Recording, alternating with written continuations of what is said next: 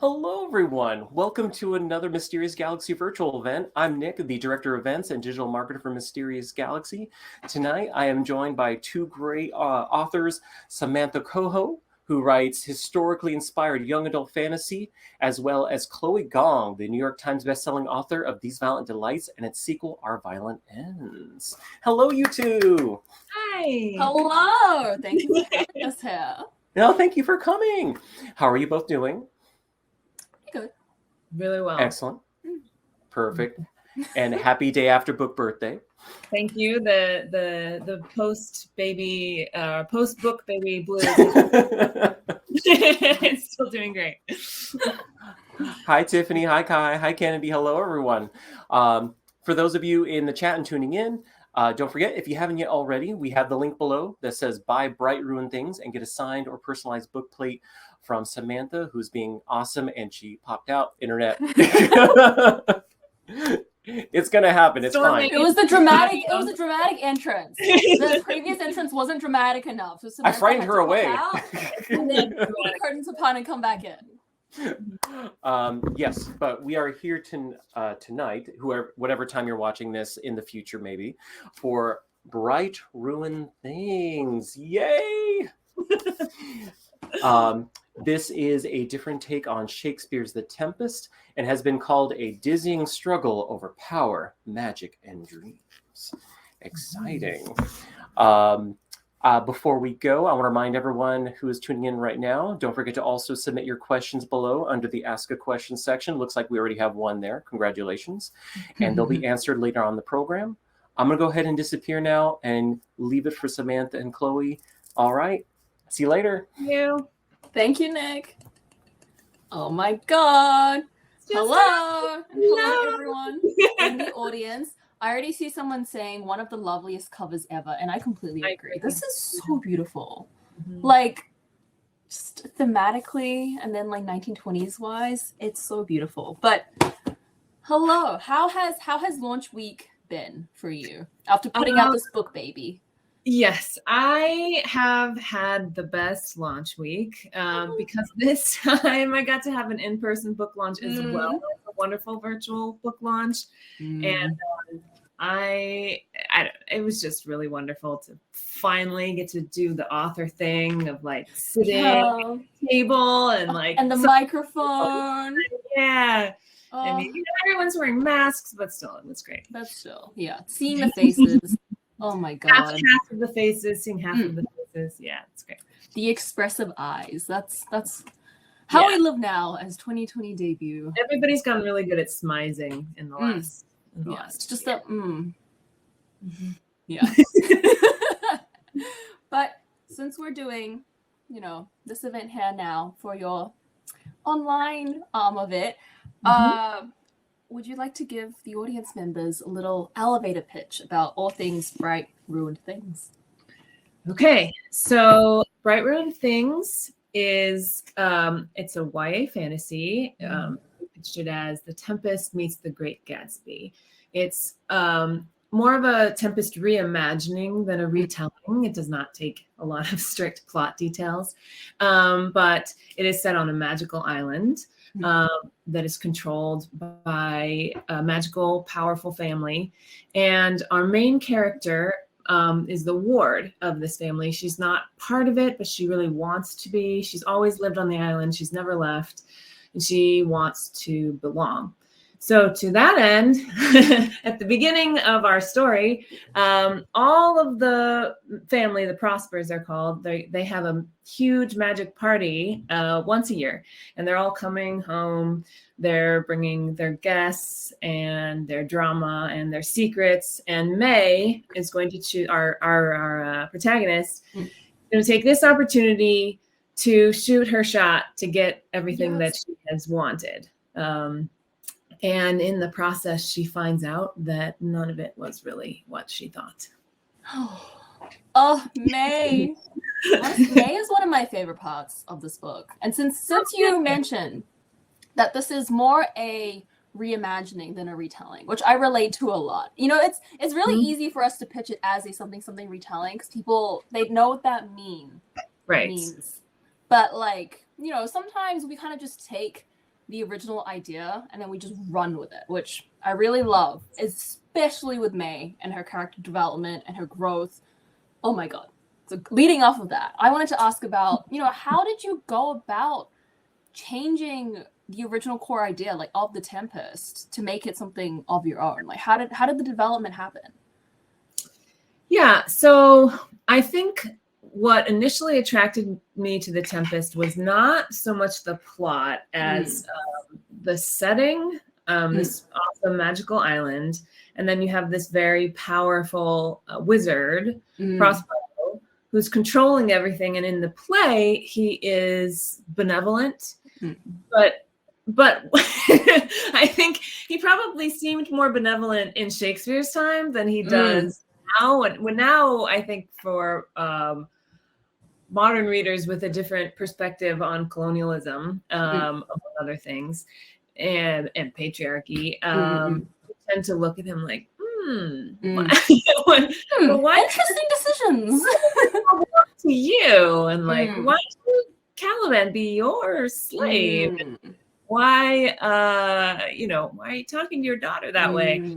So I think for me there was a natural, like, this is a very interesting world, but there are a lot of questions here that maybe the play isn't asking as explicitly as it could. Oh, I love that. Especially just as May like moves from her like, I have to stick with what's expected, and then she just moves in such a great way.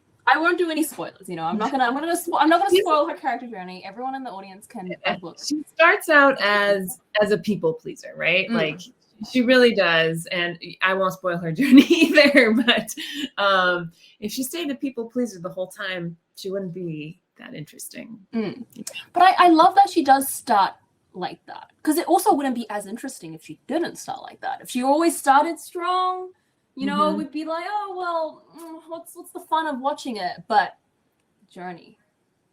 Maybe. Yeah. Every character needs a journey, definitely. Yeah, it's what makes it fun. I have my list of questions pulled up on the side, but I'm not wearing my glasses, so if you guys see me squinting, it's because the font is really, really small. Yeah. Well, since we're talking about May, and then there's also a relatively large cast of like the family characters, right? And it's also interesting because there's this very complicated family dynamic, but they're also just the extent of the characters you meet. They're all on an island. They're closed off. It's very tense. I wanted to know about, like, how did you put this dynamic together? How did you create both such a intense, like, big family, but also, a small world, the small island world? Yeah. So those are my favorite things. I love a family tree, like books that start with like a family. I don't know, pull it up. This kind of thing. Yes. It always gets me so excited. Family trees or like maps. Yes. I mean, maps are obviously the classic fantasy thing, but for me, a family, and the most interesting drama always happens within a family. And so you have, especially like in rich, powerful, like corrupt families with secrets, there are a lot of opportunities for people to have complicated, tricky relationships with one another, mixed motives. They care for each other, but they also aren't afraid to just really call each other out or be horrible to each other. People are awful to each other in families because there's this safety of like, well, but you can't really get away from it. I'm still your family. Yeah. Yes.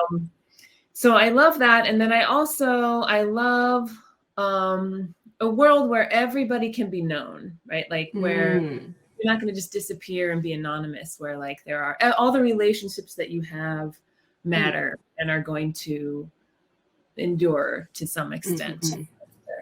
So that I think I was very influenced, in addition to by Shakespeare, obviously, by like early 20th century, like 1900s British literature. Like there's often this kind of like, here's the family setting, here's their like manor or their estate or whatever, and here's all the nonsense that they get up to on it.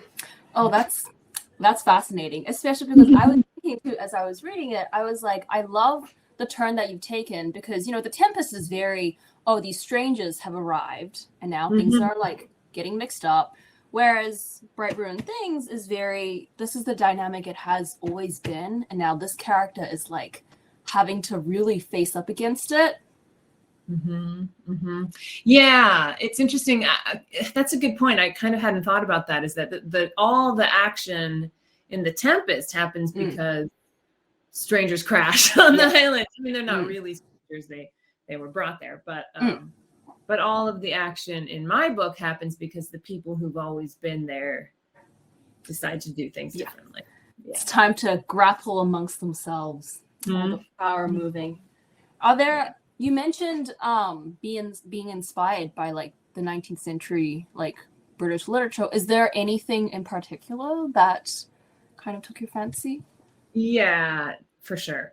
So I actually had one of my trade reviewers, I forget which one it was, they called this out. They were like, this is influenced by Evelyn Waugh and Nancy Mitford. And I was like, yes. in a good way? Were they calling it in a good way? In a good way. I mean, I hope so. I hope so. Yeah. I mean, I think those are great authors. So, so yeah. And I actually, most of the names are from Evelyn Waugh novels. So, yeah. Okay. I just lifted those straight out of there. So the book has like, it looks very Gatsby, and there definitely is like the sort of the power of money and corruption. All of that is like very Gatsby, but the British family drama is a really big influence. Speaking of which, I love that there is like the Gatsby element to it, because it always gives that kind of like interrogation into like old money society and all of that. But I wanted to know, did you always visualize the story like in the setting, or did it kind of manifest itself as you were putting it together? So it's the first one. I always pictured it. I always pictured on this setting. I grew up going to a family house on the beach in California. It was my grandmother's, and it is just the most beautiful place in the world. And I had the feelings that I had towards that house were very, very much like the feelings that May has towards the whole island. This is mine. Like, this is my home. I belong here. But also it's not mine. And I like my immediate, like I can't hold on to it. I'm like trying to, but I can't really. And I love it so much, but I don't quite belong. And so the setting for me was my agent dug up the review. It was BCCB. Thank you. Gotta get the footnotes in the chat going. Yeah, love that review. That was a great one. So for me, the island is that. So it's very much like it's in the ocean, like off the coast of Britain, but it's a magic island, so I can make it look like whatever I want. And what it looks like is coastal Central California. Oh, I love that. I love the inspo behind it all, the glamour. And actually I wrote a large chunk of it when I was at this house in the summer. So specific, like a scene where they jump in the very, very cold oceen, and that was. Did you do the research yourself? You're like, let me go jump in and see what it feels like. Yeah, exactly. That's. I spent a lot of time trying to convince people to jump in the ocean with me. So it's research. It's just like when we buy expensive things, we're writing it off on the taxes as research. It's research. Yeah, it is. Pacific is very cold. People from the East Coast don't necessarily know this, but yeah, California, cold ocean. I would imagine. I think New Zealand is the Pacific. I think it is. Yeah. You think I know this? You would think I know this, but I can't swim, which is why I don't know this. You can't swim? I can't swim. I'm from an island nation. I can't swim. Wow. Yeah, not great. Might die one day when the oceans rise, but that's a problem for future Chloe. They have like pools and lessons in New York. Just, might have to get on that soon. It's yeah. I'm kind of like, now I'm just too old to learn, you know? Like I skipped out on all the lessons in elementary. Now I'm just permanently a rock in the ocean. It's okay. It's okay. Talk about that later. Speaking of how you like finished writing this book though, while around this house, this is your sophomore book. It is probably a different experience to your debut. Can you tell us about, you know, how it came together, whether it was different to your first book? Yeah, I actually I wrote this book while I was on submission with A Golden Fury. So I didn't have, there was no like second book pressure because the first book hadn't been bought yet. So I was finished with the draft of it by the time I had a contract for A Golden Fury. So it was a different process, but the things that people usually talk about that you probably experienced it, like the first book you take as much time as you want, and then the second book you've got a deadline and an audience and an editor and expectations. It wasn't like that for me. Both of these books I wrote on my own timeline with not really much in my head except for what I wanted them to be. And then after I had written both of these, I figured out that YA audiences really, really, really like satisfying romances. Which, I mean, no spoilers. That might be in here. Was that something that you then had to go back into revision and then relook at, like once you'd seen the reception to Golden Fury? It's more like my third book. Maybe I should have one of these. No, again, no spoilers. You might really enjoy enjoy the romance and Bright Room things. It's not. It wasn't the point of the book that I was writing. You know, the love interests were not. The romance isn't. This isn't a spoiler. The romance is not what drives the plot. The romance is what drives the action of the story, and it's not what drives the character growth either.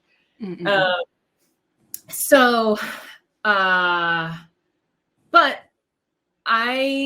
I think to some extent I've really kept that because I was able to write these books really with myself as my intended audience.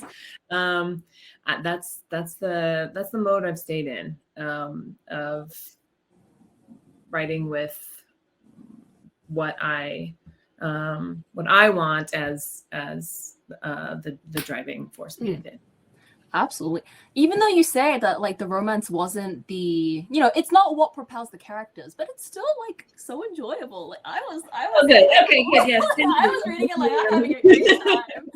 I appreciate that, especially with, the romance in your books is similar in that your characters have their own journeys, but the romance is very enjoyable. Yes, it's like I also think it's so much more satisfying almost when it is this like background force that's always kind of lurking there, but it's not the like propelling thing that keeps you going, right? It's like a little treat that you keep nibbling on every few chapters. It really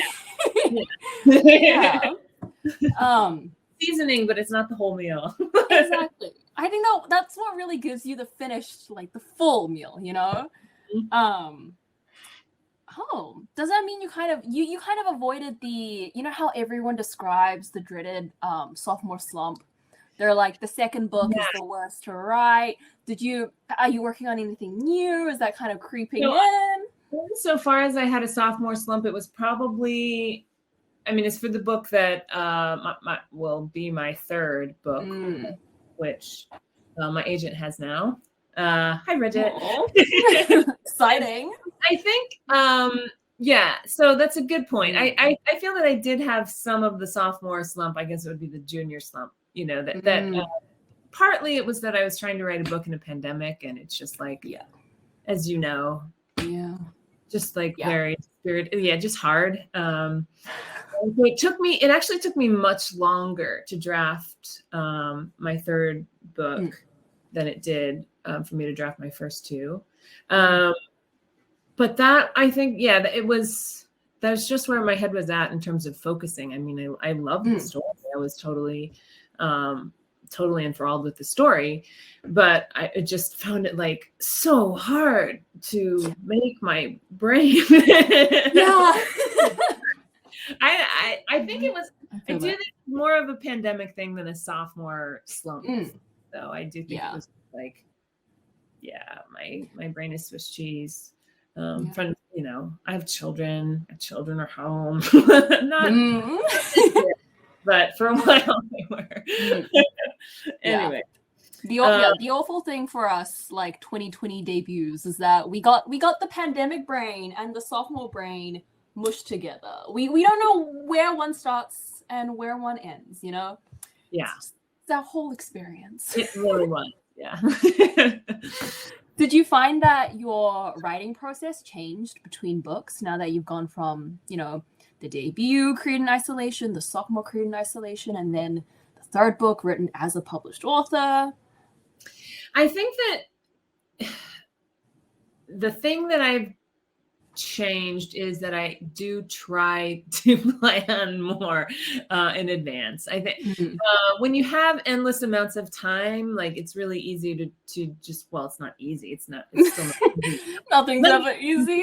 But, but you can just like write a first draft and be like, wow, look at all these huge structural problems. I'll fix it by like writing basically another book. And we don't have time for that anymore. That was me for my third book. I did that and then I had to fix it in a month. Worst experience of my life. Oh my gosh, in a month? Yeah. So that sounds tough. I have been outlining more. I think that's probably the main thing, is just realizing like in advance what are the things that I really need to have in place before I draft it. So hopefully that has paid off. I always have to do a lot of revision, but hopefully less this time. Yeah. I really feel that. It's always too like I'll do a huge outline and then I'll finish a first draft and I'm like, okay, this time I definitely got it in one go. And then I get the edit letter and it's like, no, yeah. It's like, yeah. I mean, the only other thing that I did, this is more because my brain had turned into Swiss cheese, was I started having to write by hand to get anything done. Because if I had my computer open, my brain knows that the internet is on there, and I feel that. No keeping it on task. Whereas if I have a timer for like 30 minutes, and you can either write with your own hand or you can stare off into space, a lot of times my brain would be like, well, okay, let's actually work, and that is how I got through the draft of a book in the pandemic. I'm gonna have to. I need to try that out. I've never tried writing by hand, and I do know a big problem of mine is that I will be drafting and then I will be on Twitter for 2 hours. Yeah. So it sounds like you do recommend drafting by hand as a good method. I do. Yeah, and I think people do say that there's stuff about how your hand connects to your brain, and that there's something more tactile about it that helps with something creative, cognitive, I don't know. For me, it was very simple. Like, I can't concentrate, and this helps me get rid of distractions. Well, the other thing is that if you're writing by hand, it does help me anyway to go more in a drafting mode than in an editing mode, because I'll write down and I'll be like, it's not perfect, but am I really gonna like erase this whole sentence? No. I'll just keep going and fix it when I transcribe it to the computer. Was that more of a thing that came later, like in the pandemic, or did you create any of this book by hand? Do you have any of those like No, Those things I that you really can put in the didn't. No. museum in like 20 years. Like this poster was Yeah. one of the first chapter. So many notebooks full of yeah. It's all just notebooks. I love a notebook. And the other thing that's good about it is I love really nice pencils. So this is a great opportunity to use them and keep them extremely sharp. Oh, I love that. I need to start doing that. I love leaving physical evidence of things in creation. It feels really satisfying, like looking back at it and being like, wow. Yeah, exactly. Yeah. And it's not like, as opposed to just deleted words on the computer that have vanished, you know, like they never even existed. Yeah. Yeah. That's something that modern day writers really need to think about. You know, I bet like Scott F. Fitzgerald was like writing all of these notebooks. He was so satisfied that that's why he kept writing. Whereas we're like, you know, everything goes into the void anyway. Yeah. Anyway, highly recommend. Yeah. I guess on that, I've actually we went through my questions so fast that we ran out like 3 questions ago. So I'm just making up as I go. All of my like fancy craft questions. I was like, oh, characters. And then you just said such great answers, so succinct that I'm like, yeah, should have thought of some more. I can go back and talk to her. Well, I guess we also have like a lot of audience questions, but I'm gonna hit the full half hour before we get to the audience. Audience can stay patient, and if the audience has any other burning questions, they should go to the ask a question box. But I did have a craft question I was thinking that I didn't put in. But with the character, is it pronounced Evo? Oh, Ivo. Ivo. Mm-hmm. Ivo. When you were creating Ivo, I feel like he was very one of those like you never really know like what's going on in his head. Can you talk about his creation? Yeah. I love. Okay, let me see if I can how I can say this without spoiling anything. I love a character with burdens. Oh, and we felt that. We really felt with that. Burdens, with some torment. And I also a character who I mean I'm a fan of unlikable characters in general. So I think a lot of people find Ivo to be my most likable character, but I from the beginning I wanted him to be somebody with real reasons for the guilt that he's carrying around. I never like it when there's there's a character who's like tormented by something and then it turns out it's just not their fault at all. Yeah, I really feel that. It's like if you're gonna angst with us for 300 pages, there better be a good reason. Exactly. Yeah. So yes, his creation, you know, Ivo, he does have a little bit of sort of the brooding vibes. I also kind of went out of my way to yeah, you know, we love it. We do. But I also did go out of my way to make him play against that trope a little bit too. Like he, you know, I describe him as like kind of an eccentric hobo character. Like he's a little gritty and like he's not obviously sexy. We don't ever get any scenes where his like abs are glistening. He has a metal smell, Samantha. That's sexy. I'm kidding. He does smell like metal. So like depending on how you feel about maybe that's very hot. But I love a character who has depths that you have to figure out in life too. That's a weakness of mine. Yeah, the quiet, but there's a lot going on type of character. Always a sucker for those. Exactly. The intriguing kind of real life characters, the intriguing kind of fictional characters. It's always something's going on. Yeah. Love it. Okay. Let's go to the audience questions because I see that ever since I said that, there are now 11 and I don't want anyone to get left behind. So I'm gonna start in on them. I hope the audience feels included. Okay. The first one, what was the hardest part of the writing process for you? Okay, I'm assuming they mean of Bright Ruined Things. The hardest part was May. That was the hardest part. It took me a couple of drafts. Uh-oh, have I frozen? Okay. It took me a couple of drafts. No, you're okay. We're gonna blame it on the snowstorm. I'm okay. Okay. Yes. Okay, so May, it took me a couple of drafts to figure out what exactly her arc was. Because initially, this was not fully her story. Oh no. Where did you go? Oh my God. Freaking out. Am I gone? I can hear you though. Okay. But I can't see you. We can definitely hear her and me. This is like every Gothic novel when there are just voices in the walls. You guys are gonna hear voices in the walls. I'm a ghost. We'll roll with it. We'll edit and post.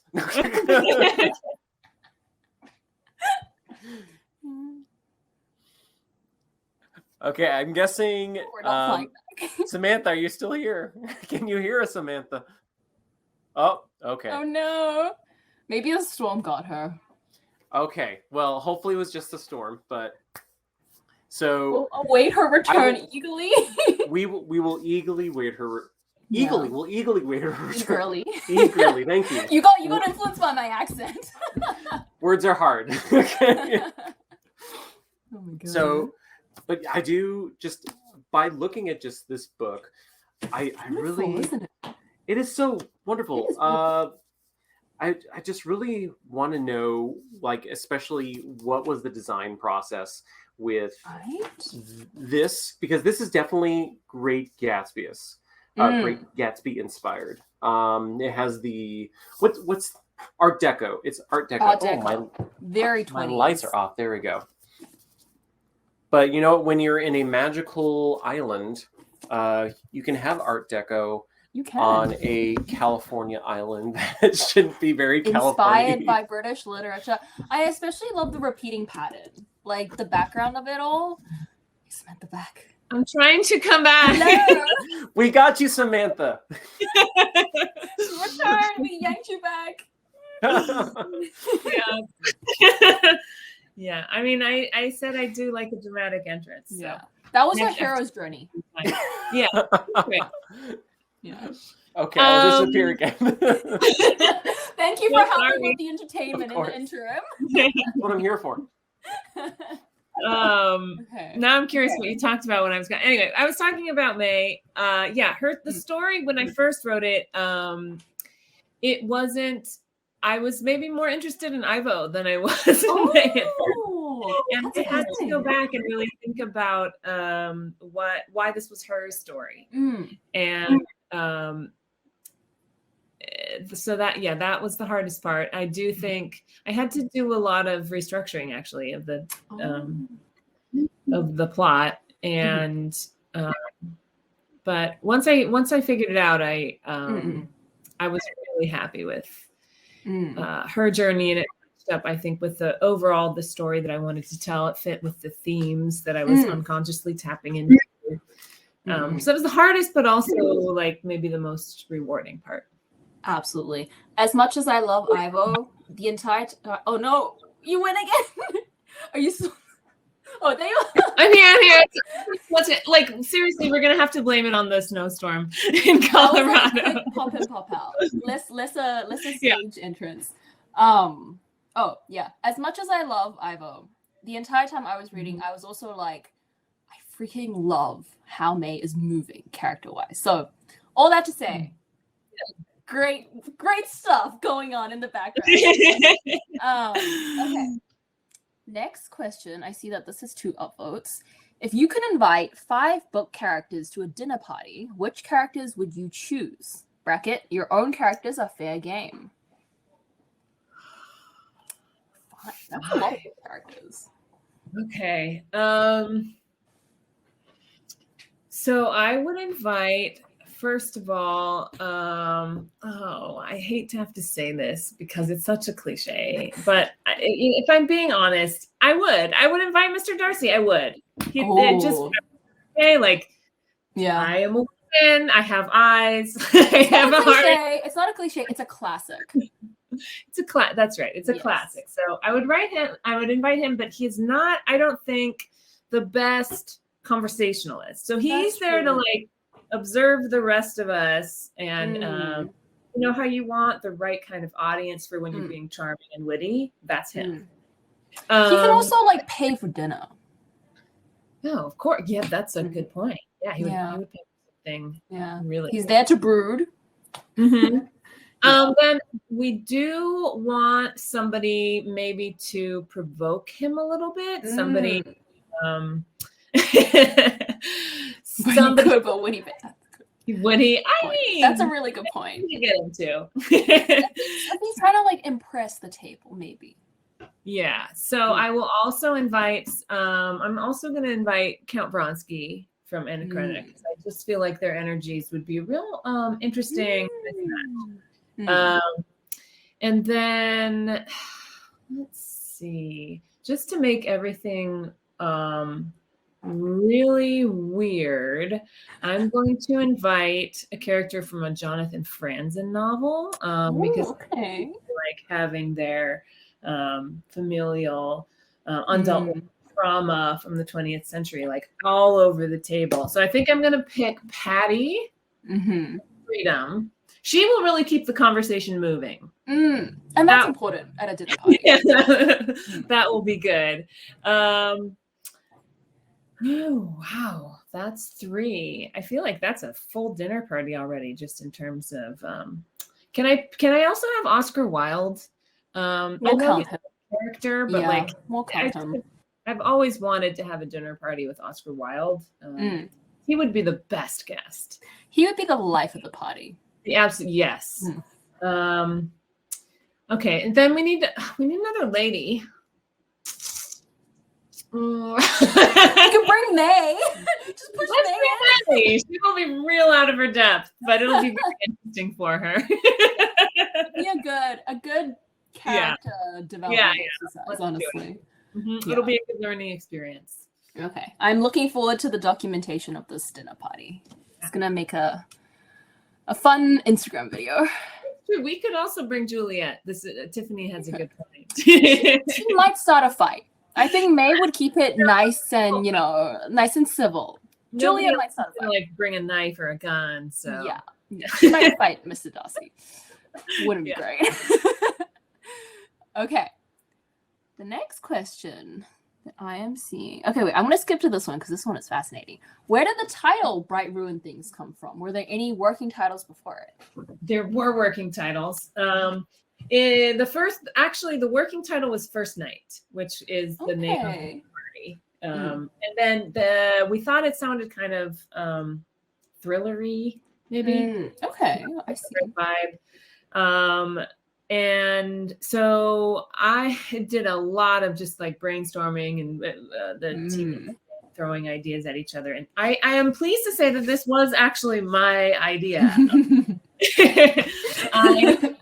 But I took it from, so obviously there's the 1920s idea of the bright young things, and they're just like the fancy profligate youths who are sort of growing up rudderless, throwing a lot of parties.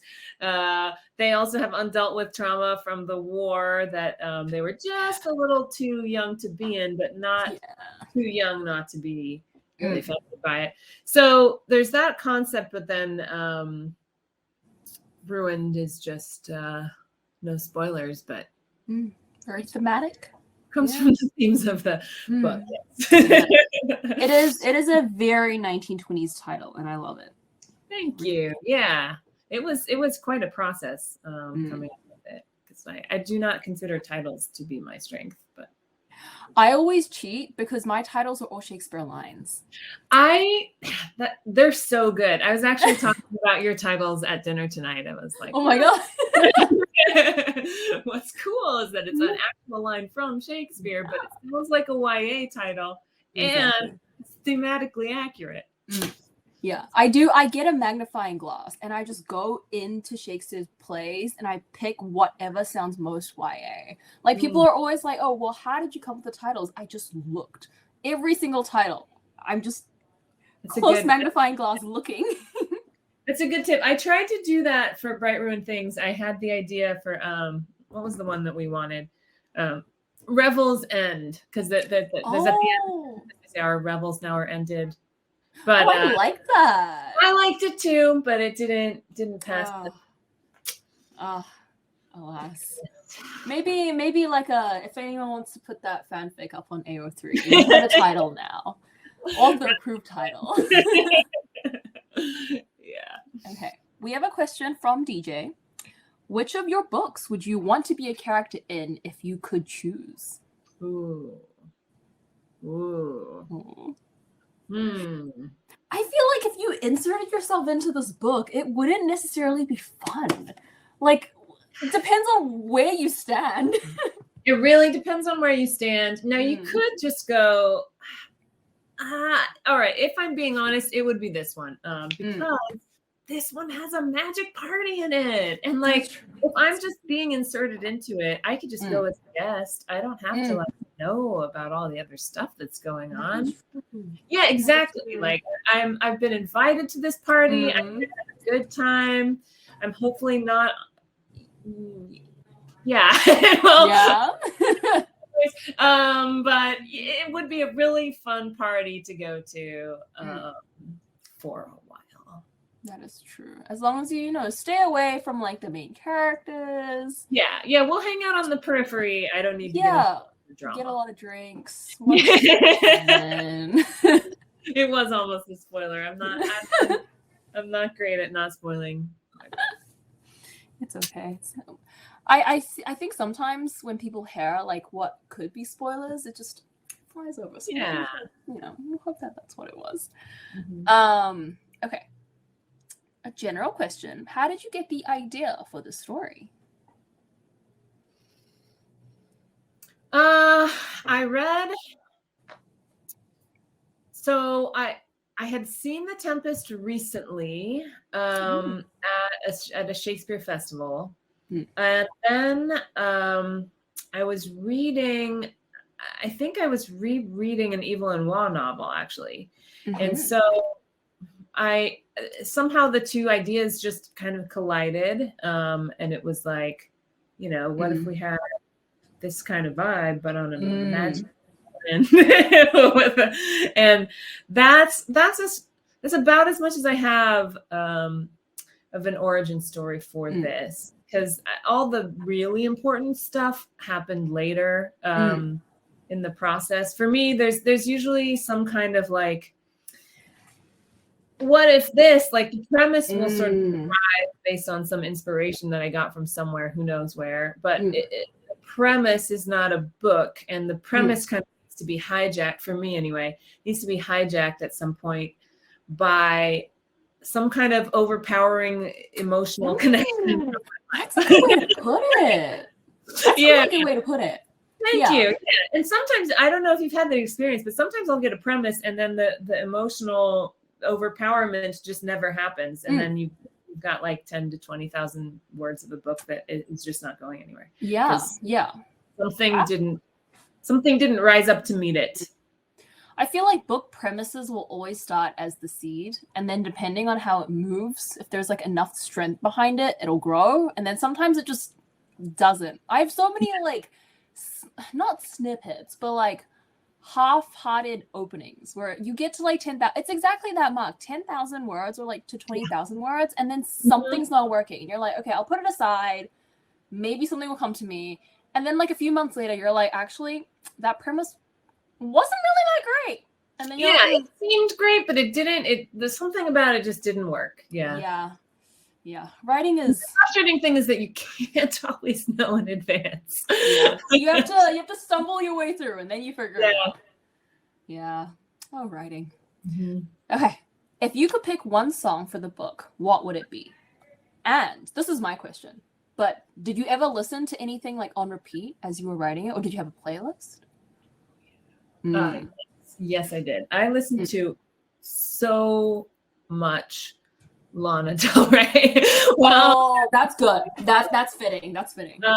So one song is tough. But it would probably be maybe Young and Beautiful. Good selection. Yeah. By Lana. She's great. Young and Beautiful is such a good song. It's on my These Mountains Lights playlist as well. It's just, I think 1920s and that song really goes well together. I mean, I know it was written for The Great Gatsby, and that's why. But yeah, it was. And really that goes well. It would have been. Really goes well. Yeah, but it fits. Okay. Was there anything that had to be cut from the final book that you wish had made it into the final product? No. There's nothing that was cut that I wish had stayed. Everything that was there wasn't actually that much cut. Mostly things were added. Oh, that's fascinating. Yeah. I feel like a lot of authors have that, like, their darlings that they had to kill because it wasn't working.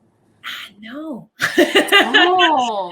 That's one of the pieces of writing advice that I relate to least, because I don't find that I often have to do that. Kai in the chat said that's such a flex, and it is. It means you get to keep all your darlings. That is a flex. Well, I didn't mean it that way, but you're right.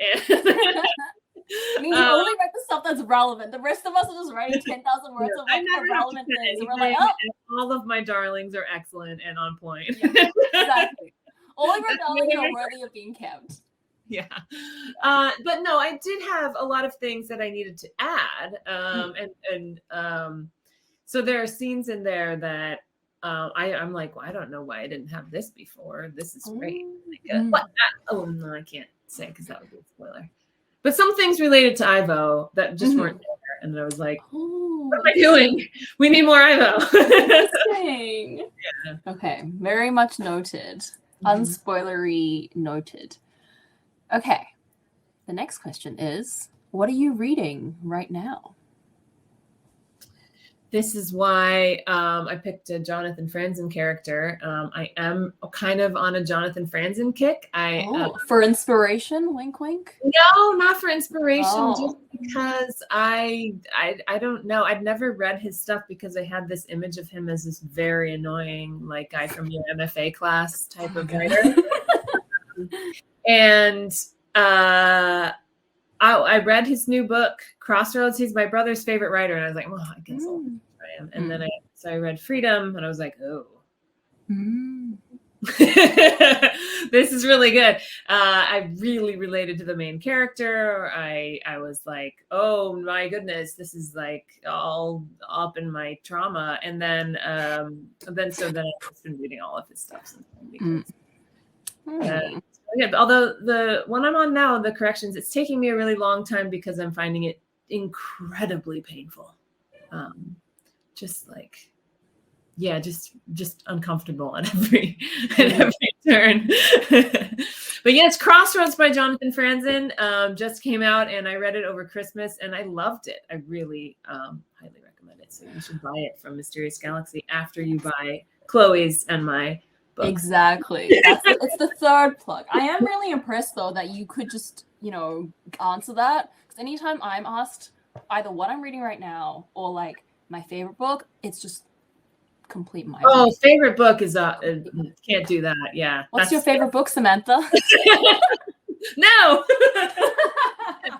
I don't have a favorite child, and I don't have a favorite book.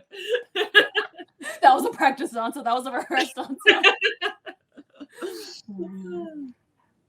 Okay. What is something that you absolutely want to share about your book that no one has ever asked before? That is a really good question. Okay.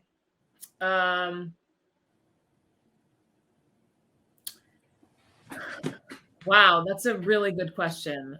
A hard question, but a good question. My book that no one has asked. Yeah, I get asked such good questions. I think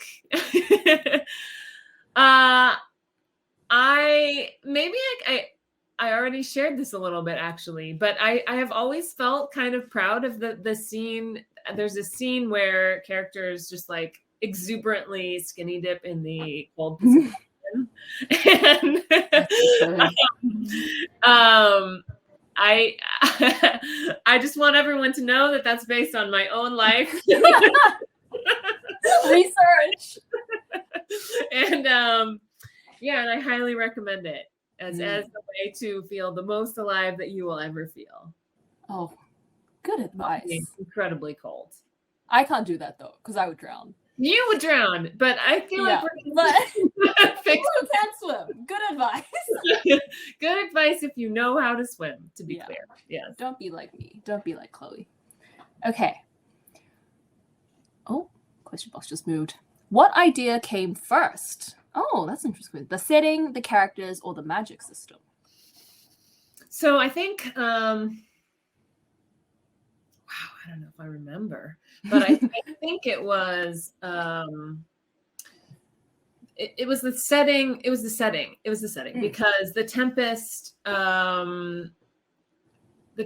was the first part of the idea that I had. And the thing that appealed to me most about the Tempest was the setting. Was this sort of magic island that had been colonized by a powerful, in the case of the Tempest. So it was the setting. But then the characters were immediate, and actually the setting and the world building kind of went together because the island is kind of the magic. The island and the spirits, So, yes, so I like to think of myself as a character first writer, but in this case, it was the setting and the magic. I almost feel like it's more powerful too when the thing that comes first is the aspect that a writer doesn't consider themselves like most dominant in, because then they both get like almost equal weight to it, right? Because that's true. You're so focused on the thing that you're not dominant in that then you're strengthening that. That's a good point. Yeah. That may be why it worked. Yeah. The next question is, I guess you kind of touched on this. The next question being, what was it that kind of sparked the idea of mixing the Tempest and Gatsby? Kind of covered, the Tempest and the... Yeah, I mean, I can speak like a little bit more, but I think it was just the idea of magic. Magic is power. Magic usually represents power. And in my books, it tends to be power that has like a cost to it. And I liked the idea of these sort of glamorous people using their power with kind of absolutely no idea where it's coming from. Just like enjoying it, reveling in it, being profligate, wasting it, messing their lives with it, and just having really no sense of the cost. And so that is your classic bright young things character. And that's sort of what came to me to go with this setting of magic and power and cost. Love it. Okay, and then this is the final question, which is good because I think we're running out of time too. What book bracket that wasn't written by you would you give to someone if they asked for one that would represent you the closest? Okay, a book that would represent me. Yeah. That is also a really tough question. These questions are like I may need good. to do two. Yeah, I might need to do two. This is hard. Wow. Encapsulate your entire personality. Yeah, in just one book, Samantha. Encapsulate your personality in a book. Good question. Okay, so I'm going to pick. I think I am going to pick an Evelyn Waugh novel. I'm going to pick Brideshead Revisited. Because that book contains a lot of things that are very relevant to me. The people in that book are, they have conflicting relationships with their,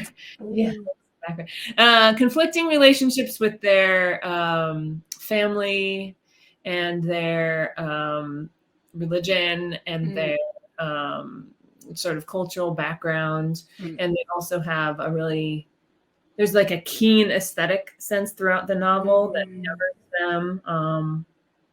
Maybe more than morality. Not that I'm saying that about myself, but morally gray. So I would pick that. I would pick that book with the caveat that I like the first half much better than the second.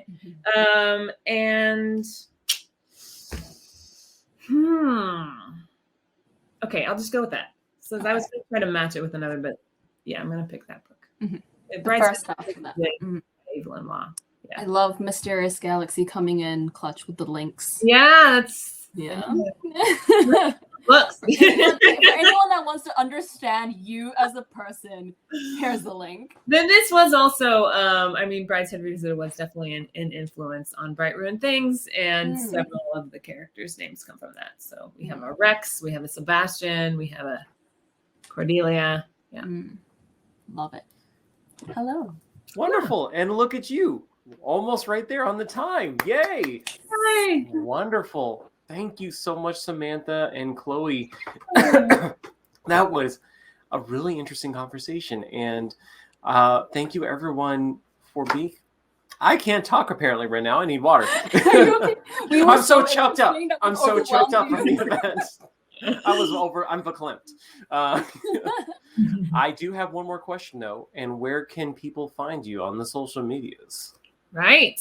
Well, I am a little bit on Twitter, SM Cohoe, I believe, but I am very on Instagram, Samantha Cohoe, and I am fake on TikTok. I have an account, but one day I'll be like Chloe. I'll welcome you with streamers and confetti. Yeah. One day, maybe. But for now, mostly I'm on Instagram. Good. How about you, Chloe? Where can people find you? Everywhere, because everywhere. I live online. I am everywhere. You can't get away from me. I'm at the Chloe Gong. I think everywhere except Tumblr, where I'm just Chloe Gong. I couldn't get my own name anywhere but Tumblr. I don't know why. I don't know how many Chloe Gongs there are there in the world. It doesn't seem like that common of a name, but apparently it is. So yes, I'm the Chloe Gong on Twitter, Instagram, TikTok, Pinterest, Spotify, if you guys want to stalk me there. Yeah. Apparently you need to fight everyone to be just Chloe Gong. I know. Yes. Like, I want to be the alpha Chloe Gong. Yes. Oh, that's a luxury. We got another fan fiction that people need to write. The ultimate Chloe Gong. Yes. Oh my god. Chloe Gong Enter the Spider-Verse. Oh god. This is like getting to like the 22 lives of, oh my gosh, what's that sci-fi book that I can't remember? Where they just kill multiverse versions of her. Oh, I'm really forgetting the name. 22 murders of what? Mysterious Galaxy. Of Madison May. Thank you so much. All right. Thank you, everyone, for joining us. And don't forget, you can get your very own copy of Bright Ruined Things if you haven't yet ordered already, because Miss Samantha is being wise and wonderful and offering signed and or personalized book plates. And if you're watching this from the future, hopefully we still have some more of them, but we definitely have more of her book. And thank you again, everyone. I hope to see you all next for our next virtual event. Bye, Samantha. Bye, Chloe. Bye. Thank you for having us. Bye. Have a good night, everyone.